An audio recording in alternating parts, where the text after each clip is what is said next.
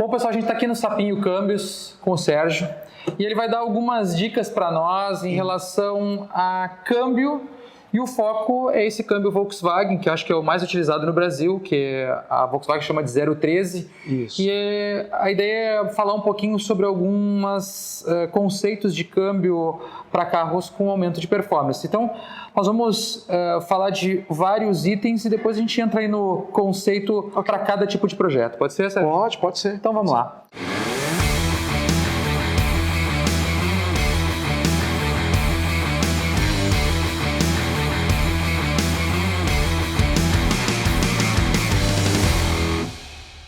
O que tu pode nos mostrar aqui? Bom, eu acho que em primeiro lugar a gente tem que partir aí para fixação do câmbio, né? Então, bom, é importante dizer que é ideal usar todos os parafusos que fixam o câmbio no motor e é ideal também usar aquelas guias que segura o câmbio no motor, ok? Para esses carros assim de performance, a gente substitui os parafusos de 8 mm, tanto que segura a parte intermediária quanto a tampa lateral, por prisioneiros de 10 mm, porque senão a rosca acaba ficando espanando e vai estragando com o tempo, tá?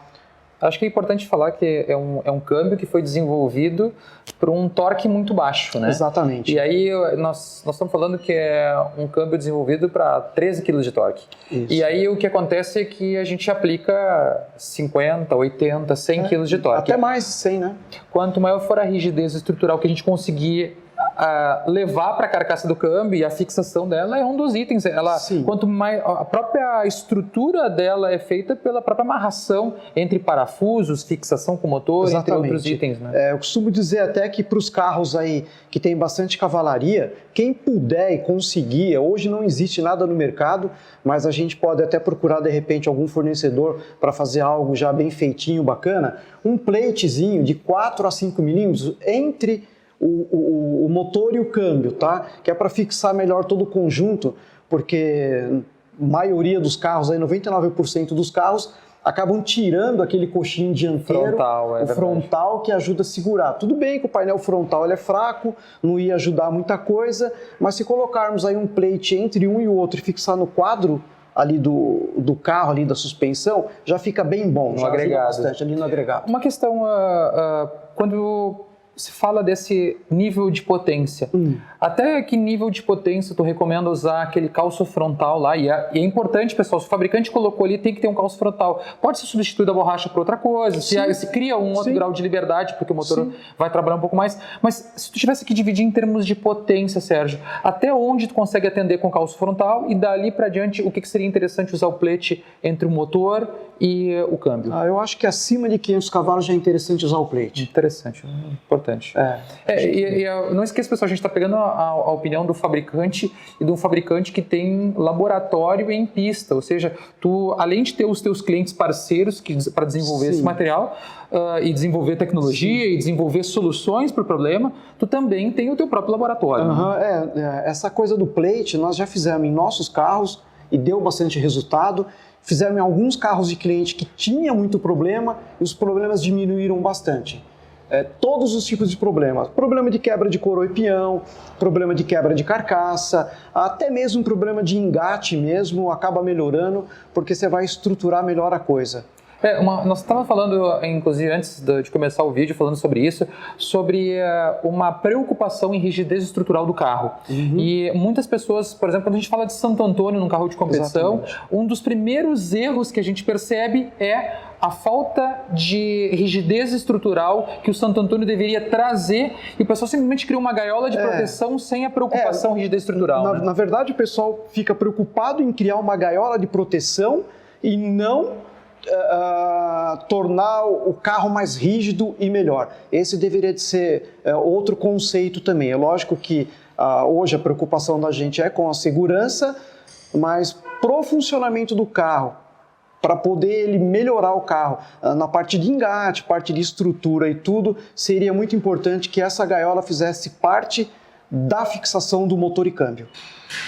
Bom, uma vez que a gente entendeu que é necessário uma rigidez estrutural do carro, a gente também tem que ter, como tu mesmo iniciou o assunto, falando de rigidez estrutural da fixação do conjunto de transmissão. É sempre importante lembrar, né, Sérgio, que a fixação do motor e do câmbio é um ponto diferente de fixação do trambulador nos Volkswagen. Exatamente. E isso acaba sendo uma questão crítica, porque se eu não tiver a rigidez estrutural correta, vai implicar numa movimentação da carroceria e principalmente numa questão muito importante. Hoje a gente tem pneu e pista com gripe que faz uma movimentação maior ainda. Isso.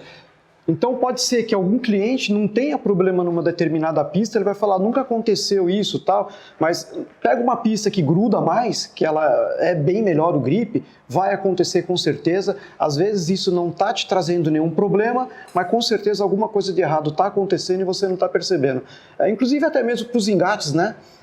Para facilitar o engate, ou às vezes o cara tem muito problema de escapar a marcha. Sim. Esse escapar a marcha, às vezes, é a própria movimentação mesmo da carroceria que ajuda a fazer isso. E o pessoal usa muito uma expressão, né? O deu na cara do engate, justamente porque ele não conseguiu, ocorreu uma movimentação do mecanismo de troca de marcha desnecessária, porque o motor mexeu e o trambulador estava parado. Na verdade, não é nem a luva que dá na cara da engrenagem, na verdade é o seletor. Você não achou a posição ideal do seletor para ele fazer o engate e arrastar a luva. Legal. Bom, a gente tem aqui algumas peças, Sérgio, que vão nos dar um norte aí do que a gente precisa fazer de modificação. Estou vendo aqui tem diferencial, tem tampa do câmbio, tem engrenagens e tem a carcaça intermediária e a capa seca. O que tu podia nos mostrar aqui que atenderia aí esses níveis de projeto que a gente está falando? Bom, hoje o mais importante de tudo já é a substituição da tampa lateral, que é de alumínio, né, um alumínio bem fraquinho, porque ela é toda aliviada para poder ficar leve, e um alumínio também que tem pouca qualidade, por uma substituição de uma outra aqui de um alumínio mais reforçado, é uma tampa bem mais firme. O que isso vai fazer? Ele vai fazer com que não haja uma movimentação do diferencial, uma movimentação lateral, então você não vai perder a regulagem da coroa e pinhão, tá? Isso é muito importante. Que é muito importante, porque se o pinhão exerceu algum esforço muito grande e ele conseguir forçar a tampa, ele vai gerar uma folga de engrenamento, o que vai facilitar a quebra. Ele cria espaço. Na verdade, não é nem tanto a folga, né? O que acontece? O pinhão, se ele tem 50 milímetros de contato, ele tem que trabalhar com 50 milímetros de contato. Claro. Como ele é cônico helicoidal, por pouquinha coisa que o conjunto mexer, você já vai perder o contato de 50 milímetros, já vai cair para 20, 30, 10 milímetros, porque ele entorta, né, o conjunto. E aí já acaba fazendo quebrar a coroa e pinhão, porque perdeu o contato do tamanho que deveria. Bom, então vamos iniciar aqui falando do conjunto coroa e pinhão e caixa satélite. No conjunto coroa e pinhão, a minha primeira preocupação, sem dúvida, é com a tampa. Isso. E uma segunda preocupação, onde seria? Segunda preocupação é o rolamento, tá? Dependendo da potência do teu carro, acima de 500 cavalos, acho que já é necessário fazer um sistema de algema aqui dentro, ó. Tá? Então, essa algema, ela vai fazer com que o conjunto primário e secundário não se afaste. E também a capa do rolamento original, ele é fixo aqui no alumínio e cria folga. Com o esforço, o alumínio vai amassando e cria folga ali da capa do rolamento, tá? Que é esse rolamento importante. Algema porque são dois anéis de aço que vocês usinam e encaixam ele na carcaça do câmbio. Isso. E depois essa algema, né, essa estrutura metálica, vai estruturar para evitar que esse conjunto não faça esse movimento. Exatamente. Ótimo. Nós vamos mostrar para vocês como é que é feito o serviço aqui, tá? Para poder colocar a algema no lugar. Agora, para carros de mais potência, a gente aconselha, ao invés de usar esse rolamento original aqui, que ele é menor e ele tem um separador de plástico, a gente utilizar esse outro rolamento, que é um rolamento industrial, ele tem um diâmetro maior, os roletes maiores também, tá? E o separador também, ele é de inox, que ajuda a dar uma resistência maior, não dando folga aqui no rolamento. Então, você consegue o alinhamento mais perfeito, mesmo com ele quente, frio ou com grandes esforços. Certo. E eu estou vendo que tem um outro rolamento aqui de apoio. E qual é o objetivo desse rolamento aqui?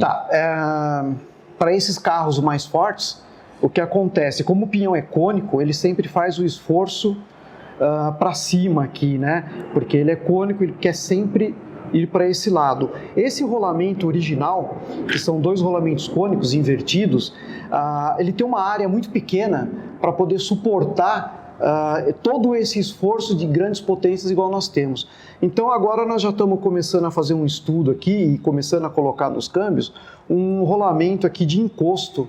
Então você vai ter, além do rolamento cônico original, aqui, né, você vai ter mais um rolamento cônico aqui no lugar da 5ª marcha para poder segurar o conjunto para ele não afastar. Tu está dividindo o trabalho desse rolamento com esse rolamento de apoio nesse... Porque, na verdade, esse rolamento ele tem o objetivo de centralizar esse Exatamente. eixo só que e suportar esse esforço de um carro com 17 kg de torque. Sim. E aqui, quando a gente coloca lá 10 vezes, ou 5, 6, 7, 8 vezes o torque dele, eu tenho que, de alguma forma, assegurar que esse esforço também aumentou diretamente proporcional. Exatamente. Entendi. Ótimo. Exatamente. É importante depois vocês verificarem como é que deve ficar o contato exato da coroa e pinhão, tá? Sempre que você for montar, primeiro você vai fazer esse ajuste aqui na carcaça, vai colocar somente isso na carcaça e fazer o ajuste e dar uma pré-carga nele para que ele não fique totalmente livre, tá? E depois você vai passar a tinta aqui na coroa e pinhão, vai montar, vai rodar e vai examinar o contato e deixar da forma adequada. É porque existe uma regulagem de... Existe. Aliás, são várias regulagens conforme o fabricante, no caso da aplicação original, que a gente pode, que é o S1, S2, Exatamente. Que são aquelas regulagens de ajuste da coroa e pinhão. Exatamente. A gente tem que preservar como se fosse um original, ou eu deixo um pouco mais de folga, ou exatamente o que o padrão original seria desejável para... Para esse caso nosso, nós vamos deixar um pouquinho mais de folga. Um pouquinho mais de folga. Não só aqui no conjunto de coroa e pinhão, como em todas as outras engrenagens do secundário e do primário, sempre um pouquinho mais de folga, tanto radial quanto axial. Lembrando, né, porque é muito mais torque do que um original, então aquece mais, a gente precisa que entre mais óleo. Entendi. E também existem várias diferenças, né, de diferencial, né? Então existe o spool, tá? O spool é uma peça que é 100% rígida, vai tracionar 100% as 2 rodas iguais. Muita gente opta pelo spool por causa do custo, é mais barato. E ela é mais leve também, acaba deixando o conjunto rotativo mais leve. Menor massa inercial, né? Porque tem um conjunto com maior massa. Sim. Agora é lógico que para maior conforto hoje, nós estamos utilizando esse tipo de diferencial que ele chega até 100% de tração, que é um Torsen. Consegue fazer curva, então dá para usar na rua, circuito, track day, arrancada, tudo que for necessário. Utilizado em diversas marcas, inclusive a original utiliza o padrão Torsen. A Audi foi um dos precursores desse sistema, utilizando o diferencial intermediário Torsen, mas uma grande vantagem é que ele consegue mecanicamente gerar um balanço de onde está gerando um excesso de rotação, ele consegue jogar para o outro lado mecanicamente, sem precisar de um controle eletrônico. O ideal é que ele, quando está parado, as rodas ficam livres. Quando ela dá o 100%, ele não é um 100% de imediato, então ele é linear, progressivo, não tem aquele sistema de 0 e 100, 0 e 100, on-off, né? On-off, que acaba fazendo quebrar as peças móveis, e até mesmo alguns carros que você vê andando na reta, acaba indo para direita, esquerda, muita gente se matando, achando que é problema de suspensão, não é o diferencial ligando e desligando, então o carro puxa para um lado e puxa para o outro. Sim, ok. Aqui nós temos então um original, um spool e aqui um Torsen. Isso. Ok. Em relação agora ao mecanismo do câmbio, o que eu estou vendo aqui? Eu estou vendo os garfos de acionamento, tem os garfos de acionamento do conjunto para troca de marcha e eu tenho 2 conjuntos. Quais são as preocupações na hora da montagem desse conjunto na carcaça central, Sérgio? Bom, primeiramente as folgas, né? Montou o conjunto, não deixar nada justo demais. Segunda coisa a se preocupar, no caso do engate rápido, na hora de colocar e verificar que as luvas ficam alinhadas, tá? Porque às vezes o garfo está torto e na hora de você montar a luva fica mais próxima de uma marcha ou de outra e aí fica perigoso você com o carro parado em marcha lenta, a luva bater no engate e puxar para dentro. E qual é a melhor maneira da gente identificar se eu tenho garfo torto? Uma outra questão que existe alguns câmbios onde o garfo não suporta o esforço do mecanismo de troca de marcha com a velocidade, às vezes com a própria alavanca que a gente utiliza, então tem que substituir esse garfo. Como é que a gente vai poder fazer esse tipo de análise para a montagem de um câmbio, em relação ao garfo de acionamento dele? O garfo a gente simplesmente monta tipo de um gabarito e compara um usado com um original, Entendi. porque é difícil de medir. Então você monta um gabarito, pega sempre um original bom e compara um com o outro no gabarito, mede com o paquímetro e vê se ele está torto ou não. Os garfos modernos desses câmbios aqui, os garfos são muito fraquinhos. Ele fica um pouquinho mais justo na luva, mas ele é muito fraco, ele quebra com facilidade as pontas. Então os melhores garfos que tem são os antigos, dificilmente você encontra no mercado, o novo não existe para comprar, então tem mesmo que dar uma garimpada e procurar, porque novo não existe. Não existe uma fabricação desses garfos? Ainda não. Ainda não. Ainda não. Uma outra questão que eu percebo é que mesmo os garfos antigos, eles têm um certo desgaste na ponta e o pessoal acaba enchendo isso para tirar essa folga entre a ponta do garfo e esse conjunto de luva. Como é que isso é recomendado? Vocês mesmos fazem? Não é recomendado, porque você vai colocar solda, vai aquecer, vai destemperar e ele vai quebrar. E vai quebrar. Ou seja, eu resolvo um problema e crio outro. Sim. Então tem que arrumar um garfo dos antigos que não tem essa folga. Exatamente. Ótimo, importante. Uma outra questão é sobre os próprios engates rápidos, né? É um tema relativamente polêmico nesse meio, porque é o que mais sofre num câmbio como esse, é o engate rápido, porque ele que vai sofrer o impacto de uma troca de marcha. Quais as recomendações que vocês dão em termos mecânicos e até mesmo porque tu já tem bastante conhecimento na parte eletrônica e tu já desenvolve bastante no teu laboratório, quais são as dicas que tu daria em relação ao engate rápido? Bom, primeira coisa é dizer para vocês que o acerto do gear que você faz para um carro necessariamente não é igual para todos, tá? Cada carro é uma regulagem, o Cris sabe disso. Com certeza. Você tirou um câmbio, colocou um câmbio reserva, pode ser que mude a regulagem de força do gear ou até mesmo de tempo.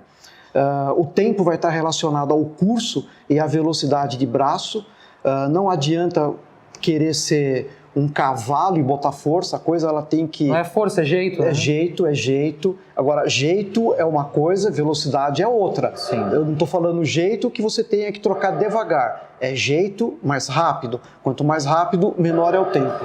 Uma coisa muito importante, cada câmbio tem um mecanismo, as suas folgas particulares, Sim. Cada carro tem um trambulador específico, também tem suas folgas e também tem o seu mecanismo, também tem um curso de acionamento. E cada eletrônica tem que ser acertado para cada carro. A gente pode ter um setup inicial para iniciar o processo de acerto, mas isso não pode ser generalizado. E é muito comum a gente ter lá numa oficina 5, 6 projetos muito semelhantes, isso não quer dizer que eles têm que utilizar o mesmo setup. Exatamente. O setup é muito particular para cada carro. Inclusive até mesmo a sensibilidade do gear, o próprio tempo de troca, o como que a gente vai efetuar o corte. Eu posso ter turbinas maiores e menores, onde vai ter uma necessidade de cortes mais rápidos para evitar que a turbina desembale. Tem turbinas que são mais rápidas. Então, assim, é muito particular de cada projeto, né, Sérgio? Exatamente, isso mesmo. Agora, engate rápido existem, logo, vocês sabem, muitos modelos. Tem esse modelo aqui. Por que esse modelo? Esse é o mais simples de fazer, acaba ficando mais barato. Então, tem aqueles que são os frontais, que é igual do GTI, que é um pouco mais caro, é mais difícil de fazer. Agora, se a coisa não tiver bem acertada, todos eles vão dar problema, todos eles vão quebrar, independente que seja minha marca, independente que seja outra marca. Agora, cada um acaba se adaptando melhor com um determinado modelo, né? É muito importante entender que o gear, o objetivo dele é efetuar o desengrenamento. Exatamente. Só que se ele tiver acionado o motor antes mesmo de engrenar a próxima marcha, eu vou ter um torque desnecessário para a junção do próximo engate e aí eu vou danificar, né? Então, um dos maiores segredos é entender o princípio de funcionamento na hora de fazer o setup. O que acontece é que muitas pessoas fazem por interferência ou simplesmente copiam um determinado modelo ou um ajuste de outra pessoa e, como a gente está tentando explicar, isso não pode ser feito, é muito particular de cada carro. Talvez o que possa ser feito, né, Sérgio, é um ajuste de todo esse mecanismo e uma orientação para o próprio piloto sobre como fazer da maneira correta. Sim. Isso pode gerar aí uma aproximação de setup entre os carros. Exatamente. Nós estamos à disposição, muita gente nos procura para pedir informação a respeito, ajuda. E a gente está sempre tentando ajudar, tentando explicar, independente de qual seja o fabricante, o conceito é sempre o mesmo, tá? Você precisa ver o corte do motor para desengatar, engatar a próxima marcha e aí o motor religa. Vamos explicar para o pessoal um pouquinho mais a fundo essa parte de engate para o pessoal poder entender?